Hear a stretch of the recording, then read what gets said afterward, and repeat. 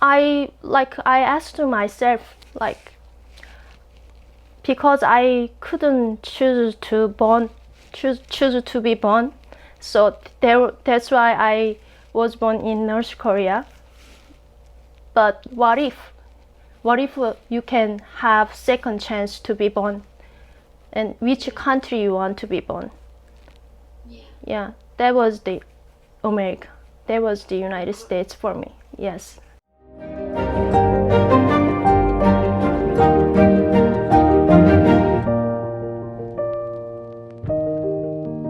I am Shay Yang, and I was born in North Korea.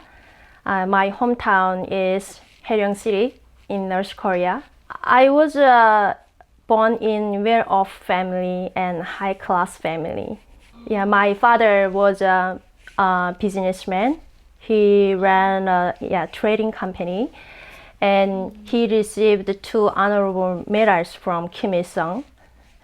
Yeah, we all know what it means, right? Yeah, of course. Yeah. That's huge in North Korea for sure. Yeah, but when I was 10 years old, Kim Jong-il, he had gradually taken power from his father Kim Il-sung, and first he did was form the anti-communist group in all over the country and ordered each city to punish well-off people. My father was first target in our town.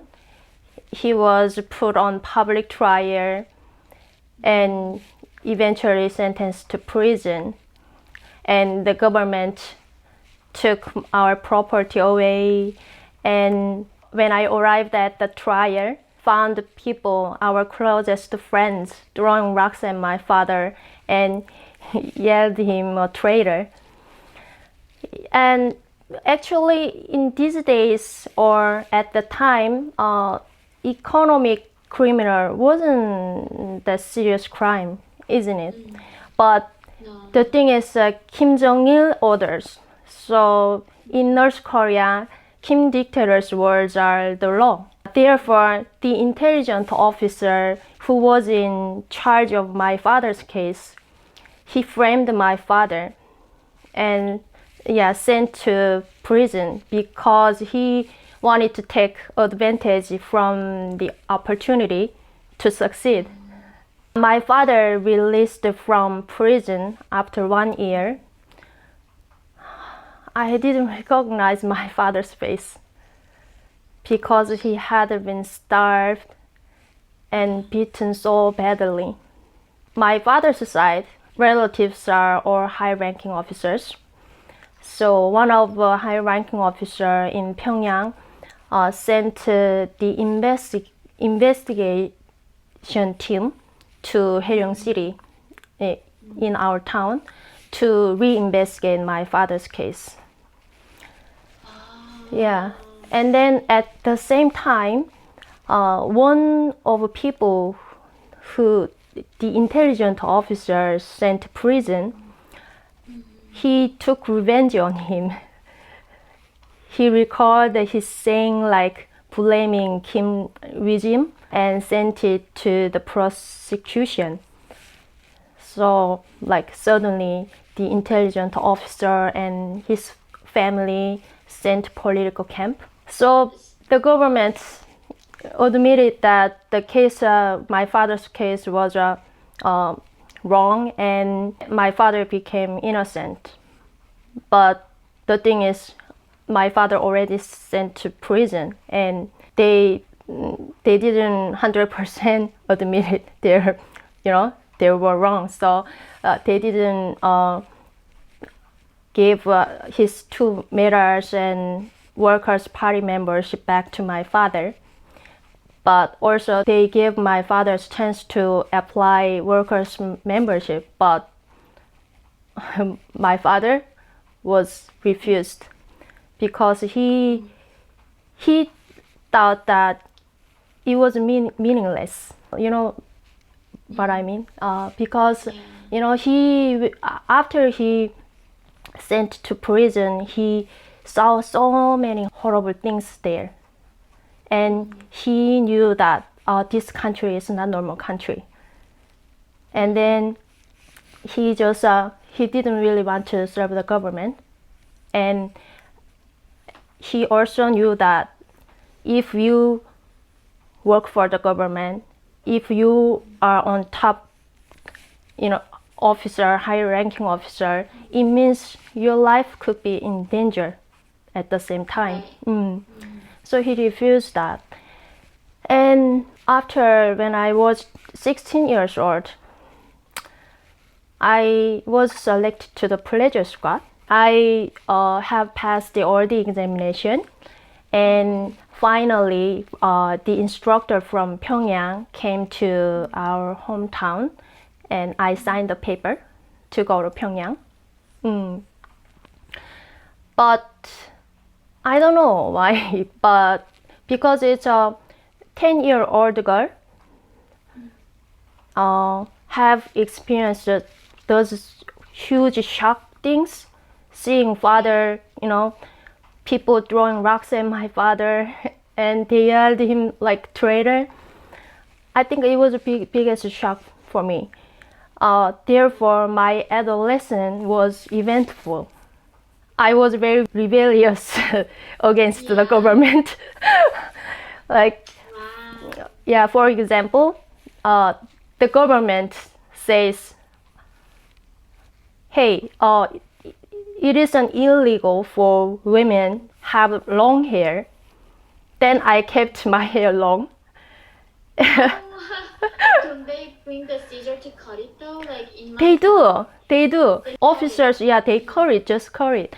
And also when sometimes they say like, it isn't illegal to have a short hair. And then I kept my hair short. That means, every time you get caught on the street and, take me to the investigation room, and, but my father and his friends in our town has power and high ranking officer, so I was released in a day. I was lucky. But but I think myself why I did that at the time. I think I thought to myself that was the only way I can show my anger to the government. It's a because very small way of resisting. Because I was young and I have no power, but still I feel like angry to the government. And every time I made troubles, and my father, he thought, he was very worried about my future. Because if you refuse, the government says, we know or what's going to happen. So therefore my father, at the time when my father heard that I was selected to the pleasure squad, he wasn't happy with that. But I think he was very worried about me, and he said like, you should go go to the pleasure squad. Because I made troubles all the time. He was tired of, So, and then the officers from Pyongyang, after I signed up the paper, he told me that from now on, you need to take care of yourself. Right. Don't hang out with the people, and don't fight. Right? Can I get a scratch on your face, right? And then that's exactly. and then he says like, you have passed the examination, so you might get infection from the others. And 1 month ahead to go to Pyongyang, I was working at the mayor's villa, my hometown. You're doing what there? I mean, It's like 초대서, 특각. yeah. Yeah, Oh, yeah. so you were. Mm. What was your like a job there? It's just serve for the officers. Comes mean from waitress, the like waitress. Yeah, waitress. It's like a so you're waitress. serving at the restaurant. Okay. That's correct. Yeah. In Haeyeon. 해령. This is a fascinating. we know that this kind of job is a prestigious job, and I mean, North Korea, of course. yeah, in North Korea. So now let's go time back. So so how about how many people in your family? Were you the only child? I have a younger sister. Oh, you have a younger sister. Mm-hmm. And so at 16, you were selected to go to Pleasure Square. Yeah. And right before you were about to go to Pyongyang. And then what happened? And because at that time I have so many friends, like soldiers and businessmen, like because I work before I go work in the mayor's villa, I was working in the restaurant, like luxury restaurant, and I have so many friends, and therefore they was worried about that. And also my dad want me to go to mayor's villa because I made troubles all the time. Yeah, so therefore I started to work in the mayor's villa. But once I got into the villa, oh my god, the facilities was so lavish. Was it? Yeah. And the government lifestyle is luxury, and and I felt like, oh my gosh, they had lied to us for our entire lives. And I was completely cut off from any life outside the villa. Oh, really? Yes. It So was they don't located make in the us go mountain. outside. The villa was located in the mountain. I don't know where. This is unbelievable. Yeah. So I was so lonely, and I felt I was in prison. I was a free spirit before I came to the villa, and I couldn't deal with it. Therefore, I escaped the villa. What?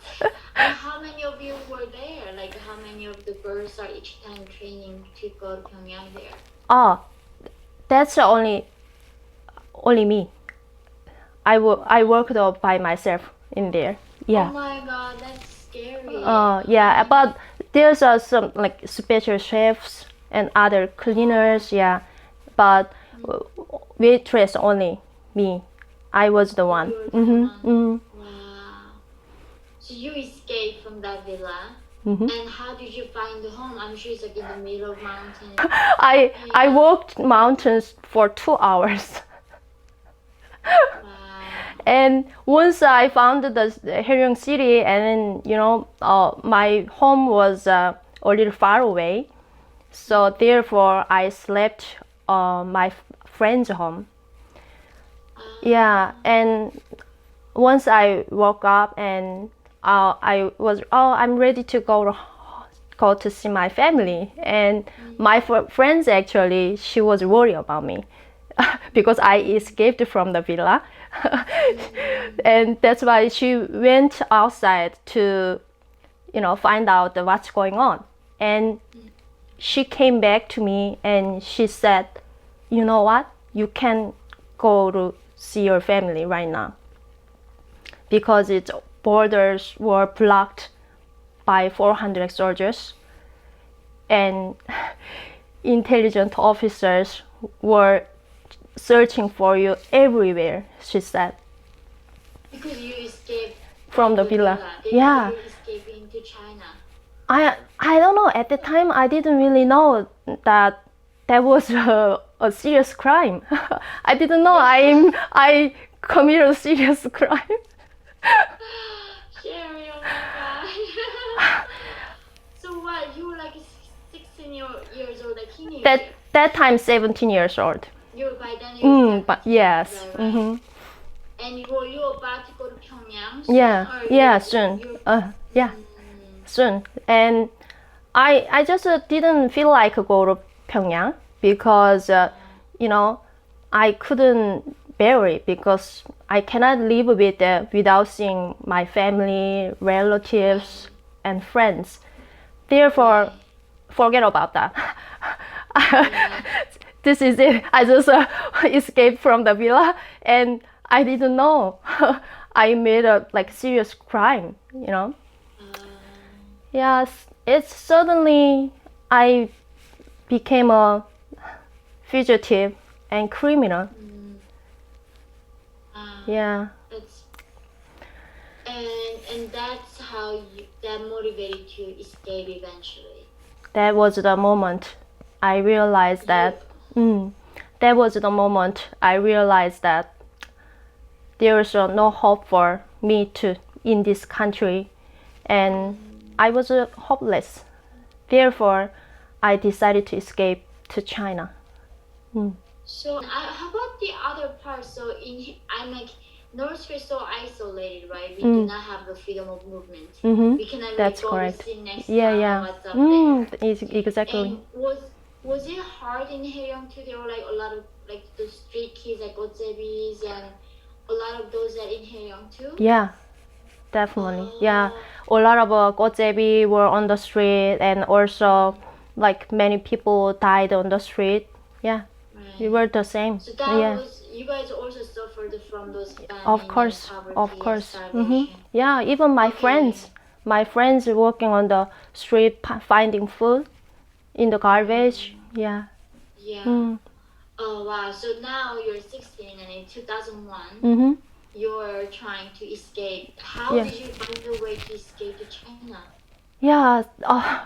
My hometown is close to border China, right? Yeah, it's just But a river, one river, right? yeah, but I can not escape in my hometown because soldiers were looking for me. Therefore, I need to go to different city in order to escaping from North Korea. But in our hometown is close to the border. Very, very like there's a guard post there. I need to pass to the guard post. So I was in the general's car in the trunk. Yeah, to pass the guard post. Were you like sneaking in the car? Yeah, in the trunk. They hid me in the trunk, and then that was the general's car. So just passed through safely. Also, you knew people who were like helping you out to Yes, escape. my friends, and then also soldiers. I have so many friends there, so they helped me to pass the guard post, and therefore I escaped China safely. Was it summertime? Did you have to swim or like it was winter? It was around April. Oh my god, the river must be so cold. Yeah, it was so cold.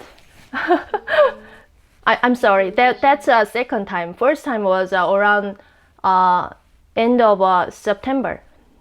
Oh. End of September. So now I just heard you said the first time. So you escaped North Korea more than one time here.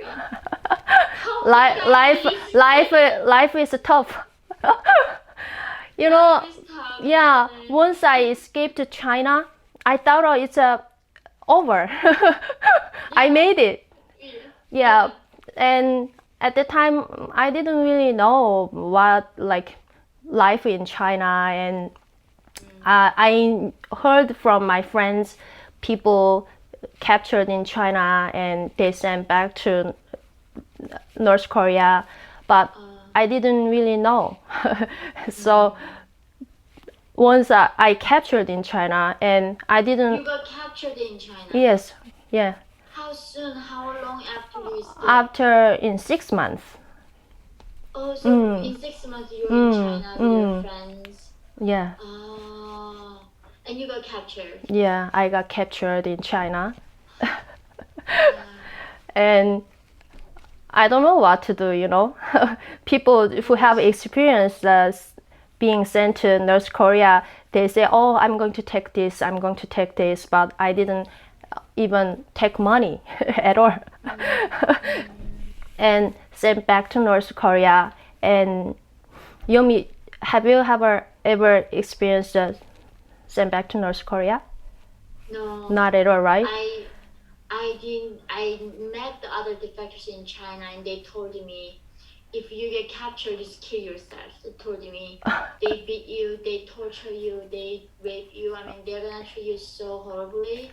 They said, like, if I ever gonna get captured, they were saying they were gonna kill themselves. Right, so I exactly. always knew, like, it's better to kill myself than being captured and sent back to North Korea. Exactly. It was Yeah. so. But even in 2001, the treatment was that horrible. I know now it's really bad with Kim Jong, right? Oh. But was it still bad back then? Still bad. Yeah, it was still bad. And I didn't really know about what prison life look like. Yeah, but once I arrived into North Korea, and oh my God, I felt, you know, I already have experienced the freedom in China, and suddenly all fears, you know, overwhelmed me, and you know, I was so scared, and I, you know, my case was different, right? Like I was chased by the soldiers and intelligent officers, so I was so scared. And if they call to my hometown, and they will find out soon. But luckily, I cannot, in security for my relatives, I cannot mention the city, but I was lucky. My relatives was a general in prosecutor in that hometown. So I got released quickly, and my father and my relatives saw me, and then they was just shocked my appearance. Because my hair dyed in red orange color. And then I wore the fancy clothes. And therefore they think, oh, you know what, we need to use your car. So General's car. I went home safely by General's car. Yeah. So I think I was lucky. I still have a, you know, bad experience in prison, but I was lucky than others. So you were like tortured and like I was starved. yeah, at the time I was too young. I don't know. Also they they torture young kids too, but Now they do, yeah. They even send teenagers to prison. but I heard all the time, like when they got into the investigation room, like I could hear the sounds, like screaming, you know. Right. Yeah. It was a horrible experience for me, and at that time I realized that my father used to tell me prison life when he was in the prison, and his experience was worse than me. Yeah, so it was a horrible experience. From morning to night, you need to sit there. All the time. From I don't know how many hours you need to sit there. It was a very hard time for me. Yeah. And anyways, once I got home safely, but the thing is I couldn't go out. I had to stay home all the time.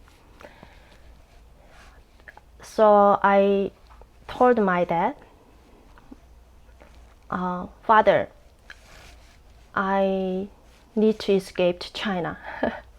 Oh, okay. Again. Mm. You know, I can do anything in this country. You know more than me. I need to escape to China. And my father, he was just speechless. He didn't say anything for a few minutes, and he said, I knew. Yeah, you can do anything in this country. And therefore he said he took me to the border, helped me to cross the Tumen River. How long were you in China?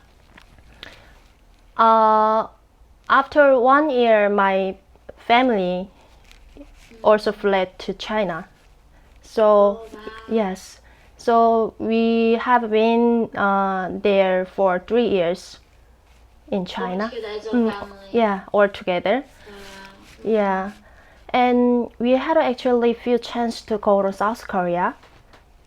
Really? Yeah, but at the time, we wanted to go to US. You But were in US. we wanted to immigrate to the United States, but at that time, US they didn't take North Koreans as refugees.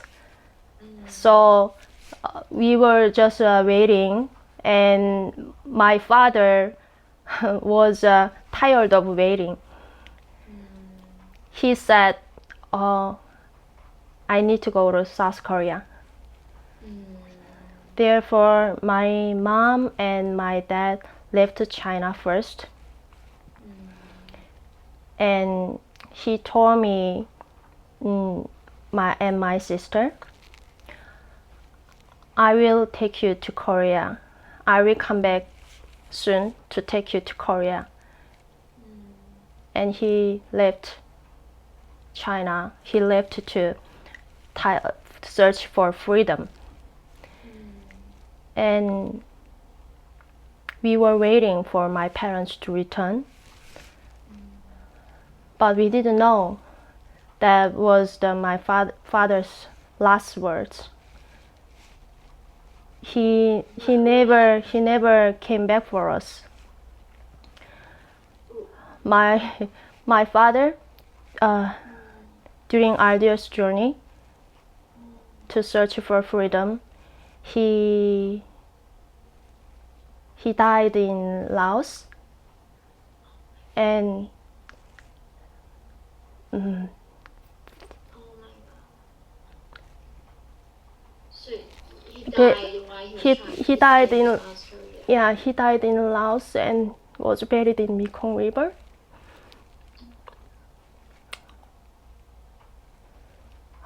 That was a really hard time for me and my family. Yeah. My sister and me, we didn't know.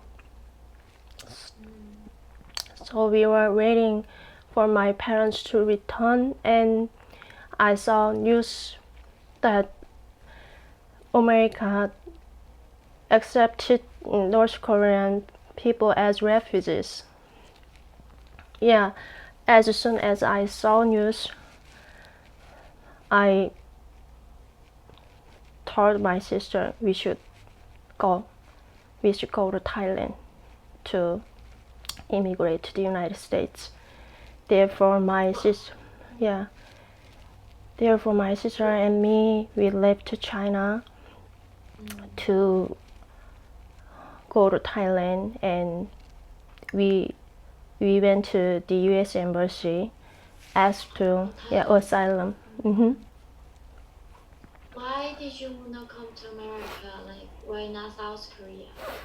I mean, how did you know about America? Because in North Korea, we learned that America is exactly. our enemy, is a horrible country, right?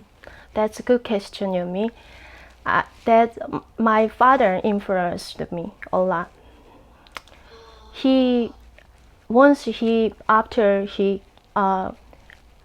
released from prison, he knew everything, and they treated prisoners like an animal. They are not human beings, and he told us that this country is not normal country. This country, there's no hope for your generation, and this country is corrupt by the dictator. And he told us that there's only North Korean people can be free. The only way is the United States start war against North Korea. Other than that, yeah, he said, because there's a yeah, he all the time he told us that. So that's you knew that you had to go to America. And I asked myself, like, because I couldn't choose to be born, so that's why I was born in North Korea. But what if you can have second chance to be born, and which country you want to be born? Yeah, that was the America. That was the United States for me. Yes. So I just this is the chance to immigrate to the United States. Yeah. So yeah, I went to the U.S. Embassy, asked to asylum to the United States, and they were shocked. I was the first one North Korean refugee, came to the U.S. Embassy for asking, like, immigrating to the United States, and like 6 to 7 soldiers with a gun and came to us, and they searched all our bags. If I hid some, weapons, bombs, weapons. Yeah, and once I arrived in Thailand, my mom told us that my father passed away, died in Laos. Yeah. Oh, I was sent to the emergency room more than twice. I didn't I don't know, like, I didn't know how am I going to live without my dad. And I still feel like guilty of my father's death because of me, and all the things happened, and yeah. I completely understand that. I went the exact same thing. Yeah. It's not your fault. No. I think we all ask that question as North Koreans because we have been punished for our birthplace. That's right. So much. Yeah. We always Yeah. we didn't choose to be born in North Korea. Nobody chooses that. Yeah. And this is injustice. But you fought with your life to be free, and you came to America. So was it shocking? I can't even imagine from China not going to South and coming to America. What was your impression of America when you came here? I can't, forget still. The first time, just once I arrived in the United States, for the first time since I left to the villa, I could sleep peacefully. Right. My nightmares of being caught, finally ended. That's I couldn't forget. And when I get my green card, and I was so thankful because now I'm a citizen in the United States, and I have a country who can protect me, Yeah. Yeah, that was all. That's only I put my life in danger to search for freedom. Mm. And like I remember, me too. Like I came to America, I saw those homeless people, right? Mm. And I thought in the past, like if you're an American citizen, that is the biggest thing in life, bigger than even winning the lottery, right? For us, yeah, all right. We wanted, all we wanted in All China we was wanted. an ID, ID. an ID, being a country, like having a country that That's protects right. us. Mm. And then I couldn't believe it in America. People were not happy being American. I was couldn't like, still what's believe wrong it. with people? Even I've been here for so long, I still couldn't believe it. I don't know. I feel so rich. Like Yeah. if I have a green card, I feel like I'm so rich because I'm the citizen. I'm of the this yeah. country. Exactly. Yeah. Wow. So now I know we have something to talk about. Is now your mother, Mm. right? That's Mm. like how we got connected. Mm. So now your mother went to South Korea, but you brought her to America, I guess later. Actually, it's a very like my mom was in Thailand in prison, yeah, in Thailand, and then I arrived there a month after, yeah. So I told my mom to change it to immigrate to the United States. So we all, yeah, my mom and my sister and me, yeah, we all together went to the United States. Mm. No, thank you. I mean, Thank you. your story is just unheard of. I mean, like, you Yeah. are such a wonderful, brave, surprising person that Yeah, it's all North Koreans have been through hard time. Not only me, every story was painful, and I feel very guilty of my father's death and my mom not seeing my mom illness. I feel very guilty. It's very painful. Yeah. Thank you, Yomi, for inviting me. Thank you, Sherry.